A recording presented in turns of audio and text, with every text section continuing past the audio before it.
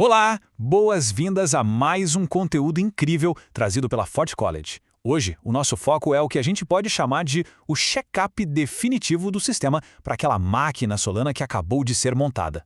Afinal, para quem constrói na Web3, escrever o código é literalmente só metade da batalha, né? A outra metade é garantir que o ambiente onde esse código vai rodar esteja funcionando perfeitamente sem engasgos. Então, é hora de preparar as ferramentas. O assunto de hoje são os testes locais e também teremos uma visão geral completa do ciclo de vida de desenvolvimento. Vamos garantir que todas as engrenagens dessa máquina estejam perfeitamente alinhadas. Para colocar todo mundo na mesma página, na lição anterior o foco foi configurar as variáveis de ambiente, como a URL da Solana e o caminho para o Keeper. É como se estivesse sendo feito todo o cabeamento elétrico de um protótipo de engenharia. Os fios estão todos nos lugares certos, a energia já está conectada, mas olha só, antes de colocar esse protótipo na pista de corrida para valer, ou seja, antes da implantação de contratos inteligentes reais, a gente precisa ligar o motor e rodar um diagnóstico completo. É exatamente isso que vai acontecer agora. E aqui está a nossa planta baixa, agenda para os próximos minutos. Primeiro, o ciclo de vida. 2. Verificações locais básicas. 3. Mapeando o fluxo de trabalho. 4. Simulação segura. E 5. Diagnóstico. Nossa primeira parada, seção 1. O ciclo de vida, a planta baixa do desenvolvedor. Olhando para isso como se fosse um esquema técnico bem detalhado de uma máquina, a gente percebe 5 etapas fundamentais. Tudo começa com setup, passa por build, entra no teste local, segue para a iteração e finalmente chega na integração.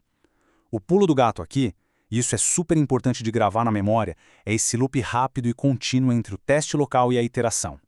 Na verdade, esse é o verdadeiro motor do trabalho diário de quem programa. Testa-se a aplicação, encontra-se um ajuste para fazer, itera-se o código, compila e testa tudo de novo. Quanto mais rápido e limpo for esse ciclo, absurdamente maior vai ser a produtividade.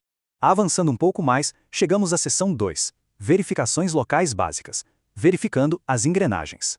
Bom, se o ciclo de vida é a fábrica, os comandos da interface de linha de comando, a nossa famosa CLI da Solana, são os scanners de diagnóstico. Basta observar esse arsenal de comandos essenciais. Eles parecem simples, certo?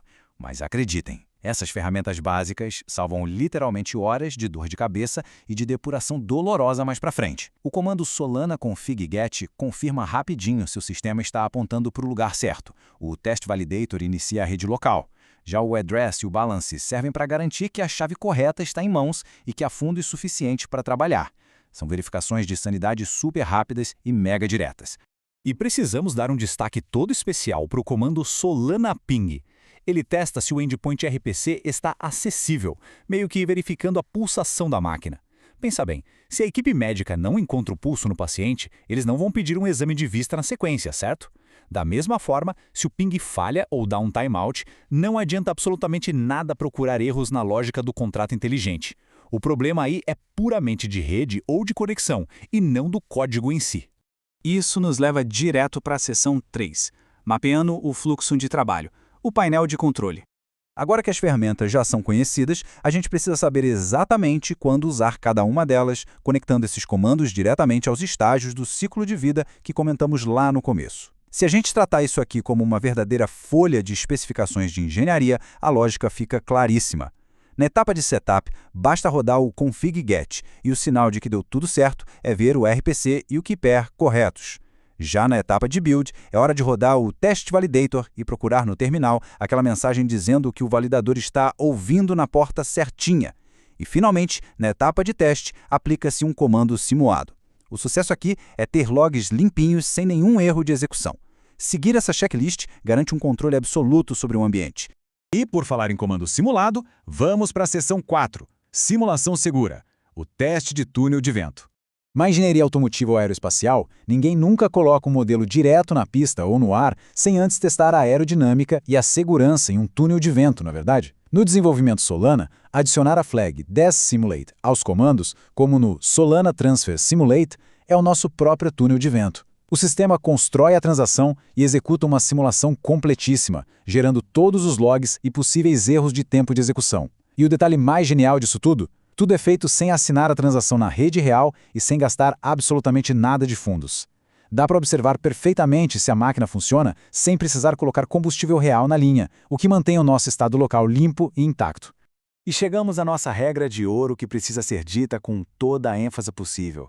Sempre execute as verificações de ambiente antes de depurar a lógica do programa. Olha, é incrivelmente comum passar umas 3 horas seguidas caçando um erro, reescrevendo funções inteiras do contrato inteligente para só lá no finalzinho descobrir que o validador local estava na verdade desligado. Sério, é quase um rito de passagem na Web3. Mas, aplicando essas boas práticas, com certeza é um rito que não precisa entrar para a rotina de desenvolvimento. O que nos leva à quinta e última seção de conteúdo: diagnóstico, configuração ou código. Saber diferenciar um problema de configuração de um problema no código é simplesmente a habilidade de investigação definitiva na engenharia de software. É hora de colocar o chapéu de detetive. Para deixar isso bem prático, vamos traçar um contraste super claro. De um lado, temos o erro de configuração. Pensa assim, se o cabo foi puxado da tomada e a máquina nem liga, isso é configuração. Os sintomas clássicos são aquelas falhas de ping, mensagens de timeout ou um erro de endereço já em uso por conta de conflito de portas. Do outro lado, temos o erro de programa. Aí a história muda.